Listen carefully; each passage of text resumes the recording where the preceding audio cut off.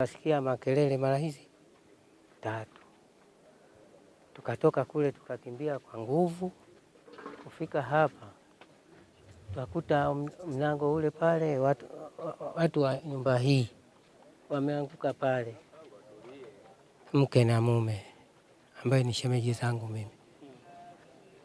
Tukavuta pale tukapeleka pale. Baada ya kuja hapa, tukio ni kweli niliona, na taarifa ni kwamba mili 3 tayari ishachukuliwa hapa, tumeikuta kwenye nyumba pale, na majeruhi walikuwa wamepakiwa kwenye pikipiki kupelekwa hospitalini.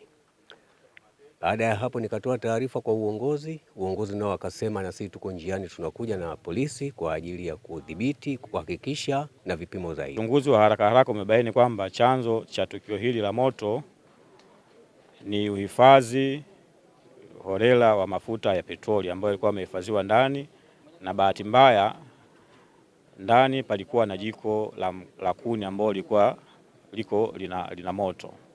Kwa kama unavyojua sasa, ile reaction kati ya moto na petroli kidogo ikaja ikasababisha moto. Tukio hili tulilipata mwaka juzi, tukapoteza tena vijana 3 katika kijiji cha Kitumbi, kitongoji cha Tewe.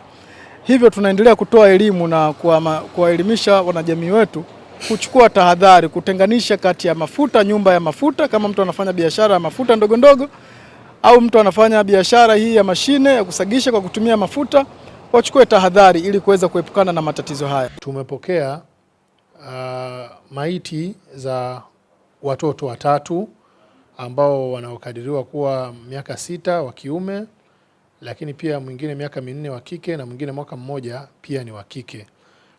Majeruhi hawa wamepatiwa huduma ya kwanza, lakini pia tumewapa rufaa kwenda katika hospitali ya mkoa wa Bombo.